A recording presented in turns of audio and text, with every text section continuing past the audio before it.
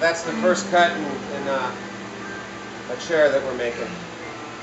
It's going to be a chair and a computer desk. I made a mock-up profile of the way my chair wants to be angled, and I'm just using that to adjust my blade.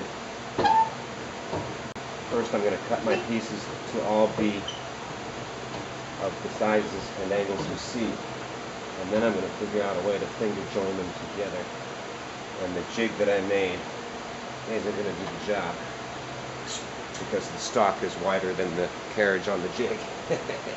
So we'll figure something else out. Plan A is going to get modified right now, because you see how that's traveling? It's traveling on a straight up and down guide, right? But I need the thing to be able to pivot that way and that way so I can have multiple angles of you know, machining through the saw.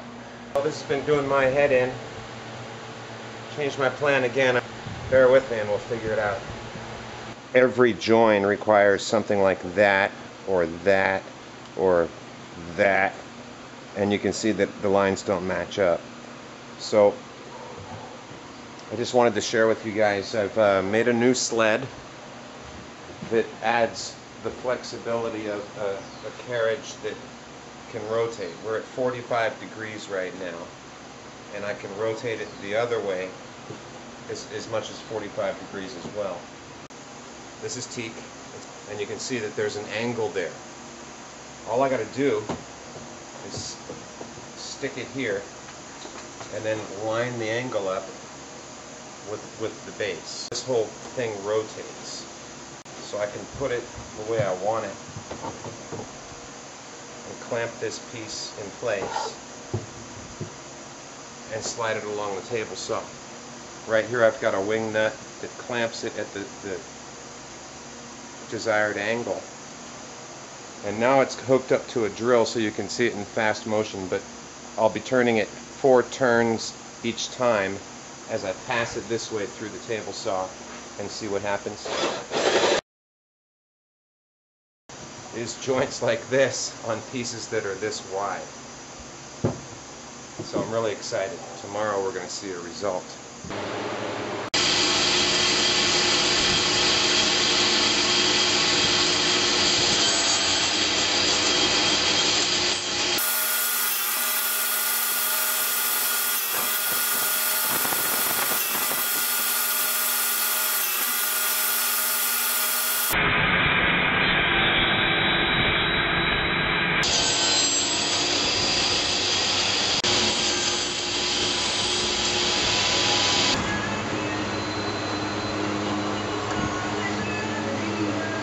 That's on the ground.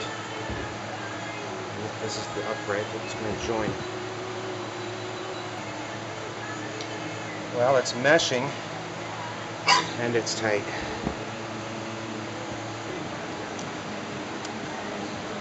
Okay, it's about halfway fit in, and it looks like it's all lining up pretty good. I don't want to force it anymore because I need to get it apart and get glue in. But yeah, I think I got the system pretty much down. Actually, I missed it by a tooth. You can see over there I've misaligned it when I assembled it. That could be one reason why it's a little snug, to say the least. But yeah, in general, there's my new contraption, and I'm happy with it. Alright, that's my first joint clamped up. Wow, that was just a real struggle. So tight. Now I'm going to run them through twice each time. And the good news is I discovered that these 2 next ones are the same angle, so I can do them together. They're 1 pass apart from each other.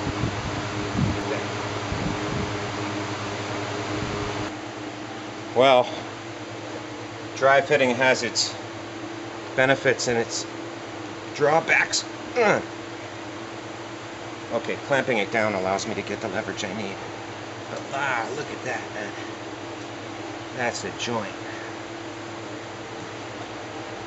Actually, when they're tight like this and you work it a bit, the next time you put it together, it's going to be a little bit easier, just because the friction does, it's like sanding it with 1600 grade or something. Okay, we're good. Lucky. Oh, none of it broke or anything. That's great. Okay.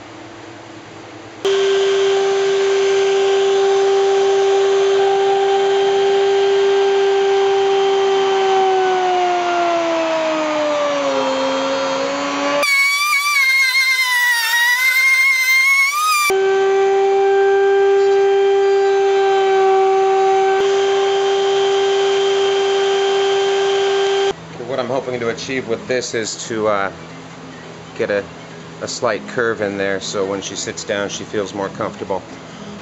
Now I've got my parameters set up, and I can manipulate this baby around and clean up this stuff.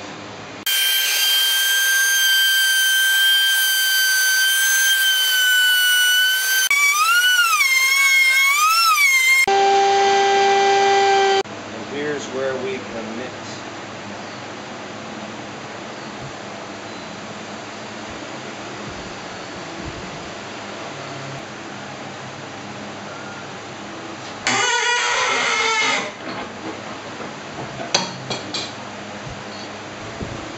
Well, there I was, all proud of myself of having achieved a super tight joint, and my dad wrote, "Aren't you afraid that when you put the glue in, it's going to be too much friction?" And, you know, I just went through a very difficult time getting this thing in as tight as I possibly could. Broke the clamp, had to use a sledgehammer. I found an offcut of this wood, and I fabricated myself a little round piece of trim that matches. I'm going with that as a solution.